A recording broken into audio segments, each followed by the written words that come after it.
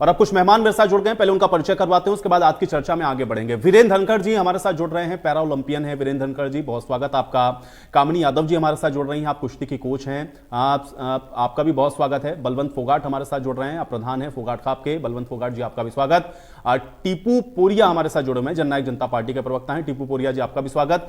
वीरेंद्र जी, मुझे लग रहा है शायद कुछ तकनीकी समस्या, आपकी ऑडियो मुझ तक नहीं आ रही। मैं थोड़ा सा पॉलिटिकल जो हमारे साथ मेहमान है मैं उनका भी रुख कर लेता हूं। टीपू पोरिया जी हमारे साथ हैं। टीपू पोरिया जी, आरोप बहुत गंभीर है और हम लोग लगातार देख रहे हैं, क्योंकि पॉलिटिकल पार्टीज भी इस बात को कह रहे हैं कि भाई ये खिलाड़ी अगर इस तरीके से कह रहे हैं तो इस पर तो दूध का दूध पानी का पानी होना चाहिए। एलिगेशंस बहुत गंभीर हैं, कैसे इसको आप देखते हैं?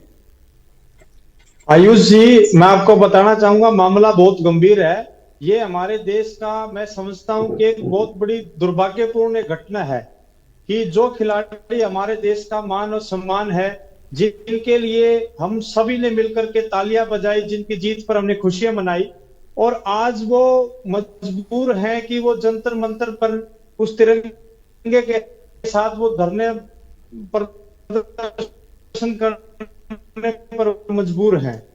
और इस आरोप इतने बड़े खिलाड़ी अगर लगा रहे हैं तो वो एक पूरा महत्वपूर्ण जांच का विषय है। और आज जिस प्रकार से खिलाड़ियों की जो मीटिंग हुई, जो खिलाड़ियों की जो मीटिंग हुई, जो यूनियन स्पोर्ट मिनिस्ट्री की तरफ से जो 72 घंटे का जो समय दिया गया है, मैं समझता हूं कि इन 72 घंटों के अंदर खिलाड़ियों को न्याय मिलना चाहिए, क्योंकि खिलाड़ियों के लिए तो एक एक मिनट बहुत कीमती है, एक एक मिनट बिल्कुल भारी पड़ती है। क्योंकि आने वाले जो समय में जो एशियन चैंपियनशिप होनी है, जो मैं समझता हूं जो संभावित जो मार्च अप्रैल में हो जाएगी, और जो वर्ल्ड चैंपियनशिप है जो 2024 की, उसकी तैयारी हमारे खिलाड़ियों ने करनी है। और इससे भी मतलब बड़ी शर्मनाक बात है कि इस प्रकार जो खिलाड़ी ये बात कह रहे हैं कि जो हमारी बहनें हैं, जो महिला खिलाड़ी हैं, उनका यौन शोषण होता है, उनके निजी जिंदगी में ताक झांक की जाती है, उनका मानसिक तौर पर प्रताड़ित किया जाता है। तो ऐसी स्थिति पे मैं समझता हूं कि जननायक जनता पार्टी के जो हमारे नेता दिग्विजय सिंह चौटाला जी बिल्कुल प्रेस कॉन्फ्रेंस करके स्पष्ट कर चुके हैं भी, इसमें अगर खिलाड़ियों के साथ किसी भी मोर्चे पर अगर हमें खड़ा होना पड़े, हमें केंद्र सरकार से बात करनी पड़े, या इसके लिए हमें कहीं पर भी जाना पड़े, तो हम खिलाड़ियों के साथ खड़े हैं, डट करके खड़े हैं। बिल्कुल। और मुझे लगता है कि एक ही प्लेटफॉर्म पे होना चाहिए, क्योंकि खिलाड़ी जो आरोप लगाएंगे इसलिए भी इसमें इन्वॉल्व हो जाएंगे। हालांकि भारतीय जनता पार्टी के आज प्रतिनिधि हमारे साथ नहीं है, लेकिन क्या आपको लगता है कि जो सही तरीके से एक पॉलिटिकल विल होनी चाहिए, और खासतौर से जब खिलाड़ी इस तरीके का एलिगेशन लगा रहे हो, तो सख्त होना चाहिए सरकार को? सिर्फ कहने से तो काम चलेगा नहीं। टीपू पोरिया जी। आयुष जी, बिल्कुल सरकार को सख्त होना चाहिए। देखो, जो फेडरेशन है, जो भारतीय कुश्ती फेडरेशन है, वो एक ऑटोनोमस बॉडी है। रही अगर हम नियमों की बात करें तो नियमों में क्या है, थ्रू प्रॉपर चैनल, कोई डायरेक्ट कोई पॉलिटिकल पार्टी इंटरफेयर किसी भी फेडरेशन में नहीं कर सकती। थ्रू प्रॉपर चैनल उन नियमों को जहां जहां उनको दिक्कत लगती है उसमें केंद्र से बात की जा सकती है, खेल मंत्रालय से बात की जा सकती है, उनको ठीक कराया जा सकता है। लेकिन आज यहाँ मुद्दा ये नहीं है। आज मुद्दा है भारतीय कुश्ती संघ के अध्यक्ष के ऊपर एक बहुत ही गंभीर आरोप, और बहुत ही एक शर्मनाक, जिसको चीज कहने में, टीवी पर बैठकर कहने में भी जिसमें शर्म आती है, कि आज हमारी बहनें जो खिलाड़ी हैं आज ये इस तरीके के आरोप लगा रही है। तो मैं समझता हूं अगर खिलाड़ी ये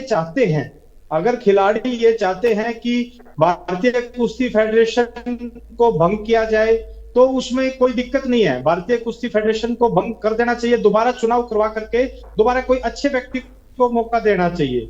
और इस तरीके के मामले, लेकिन जी आपसे भी मेरा वही सवाल है कि आप जिस शख्स को ला रहे हैं, देखिए सबसे अहम बात यह है, क्योंकि पूरा करियर होता है खिलाड़ी का, और ये बात बिल्कुल जेन्युइन है, क्योंकि खिलाड़ियों के साथ लगातार हम लोग चर्चा कर रहे हैं और समझ में आता है कि किस दौर से, किस फेज से वो लोग गुजरते हैं। करियर जब आपका दांव पे लगा होता है तो आपके दिमाग में 100 चीजें होती हैं। ये इंश्योर कैसे करें, ये कैसे करें? नहीं, बिल्कुल सही है, लेकिन टीपू पोरिया जी ये इंश्योर कैसे करेंगे? ये इंश्योर कैसे करेंगे कि जो नया शख्स आ रहा है या जिसको आप चुन रहे हैं, भाई शोषण ना हो कम से कम खिलाड़ियों का, क्योंकि उसके ऊपर तो पूरा करियर का दबाव है। आयुष जी, मतलब आपसे और मुझसे बेहतर एक खिलाड़ी ही इस बात को बता सकता है कि भी फेडरेशन में किस तरीके के, उनके संविधान में या उनके नियमों में किस तरीके का बदलाव लाया जा सके, और जिससे कि वो एक श्योर फील करे। और दोषी है, अगर कोई जैसे संदीप सिंह जी हैं, तो उनसे खेल मंत्रालय ले लिया, लेकिन खेल मंत्रालय भंग तो नहीं होगा। लेकिन बहुत दुर्भाग्य की बात है कि उन्हें वो प्रिंटिंग और स्टेशनरी के मंत्री आज भी बने हुए हैं। नॉन बिलेबल ऑफेंसेज हैं उनके ऊपर, नॉन बिलेबल ऑफेंसेज हैं, या भाजपा कुश्ती पहलवान है। तो देखिए, विनीश फोगाट का तो कोई डाउट ही नहीं है, कोई भी इस चैनल के डिबेट के बाद उनको यूट्यूब पे कोई भी कुश्ती उठा के देखे। मैं तो मानता हूँ बबीता जो फोगाट वगैरह सिस्टर्स हैं, उनसे बेहतर टेक्निक मैंने इनकी कुश्ती देखी है, बहुत टाइम से फॉलो कर रहा हूँ, और तभी ये इतने मेडल्स लेके आई और तभी हर चीज में अव्वल रही है। तो पूरे देश का सेंटिमेंट टीपू जी का एक रिएक्शन है। टीपू जी गलत परिपाटी का तो कभी भी साथ नहीं खड़े होना चाहिए। टीपू जी जवाब दीजिए।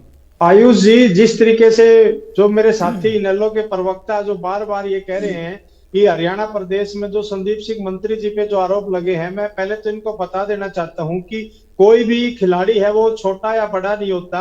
आज हमारी बहन कोई किसी भी लेवल पर कोई भी खिलाड़ी है। और रही बात है जो हरियाणा प्रदेश में इस प्रकरण की, उस पर जांच चल रही है और जननायक जनता पार्टी पहले ही दिन से महिला कोच के फेवर में उन्होंने अपनी बात रखी। और आज हरियाणा सरकार ने एक हाई लेवल पर जो जांच कर रखी है कि जल्द ही दूध का दूध और पानी का पानी होगा। और रही बात ये आप बीच में मत बोलिए रजत पंजेटा जी, अब आप बीच में मत बोलिए, मुझे मेरी बात पूरी होने दीजिए, मुझे मेरी बात पूरी करने दीजिए। आयुष जी पंजेटा जी जवाब लेते ना, जवाब लेते पहले उनकी बात पूरी हो जाए। एक सेकंड, ठीक है, जवाब पूरा हो जाए। इस तरीके से टीवी पर बैठ करके आप गलत बयानबाजी नहीं कर सकते, आपको कोई अधिकार नहीं है इस तरीके से गलत बयानबाजी करने का। अरे आप मेरी बात पूरी होने दीजिए, आप मेरी बात पूरी होने दीजिए। आप पहले चुप रहेंगे तभी मैं अपनी बात पूरी कर पाऊंगा। आयुष जी आप मेरी बात पूरी होने दीजिए। आज जो हम इस डिबेट में बैठे हैं, जिस तरीके से जो भारतीय कुश्ती संघ पर जो इतने गंभीर आरोप लग रहे हैं, जो बार बार इस डिबेट में एक बात कही जा रही है और खिलाड़ियों की तरफ से भी कही जा रही है, जो खिलाड़ियों की तरफ से जो प्रेस कॉन्फ्रेंस हुई तो वो भी मैं सुन रहा था, उन्होंने बिल्कुल स्पष्ट तौर पर।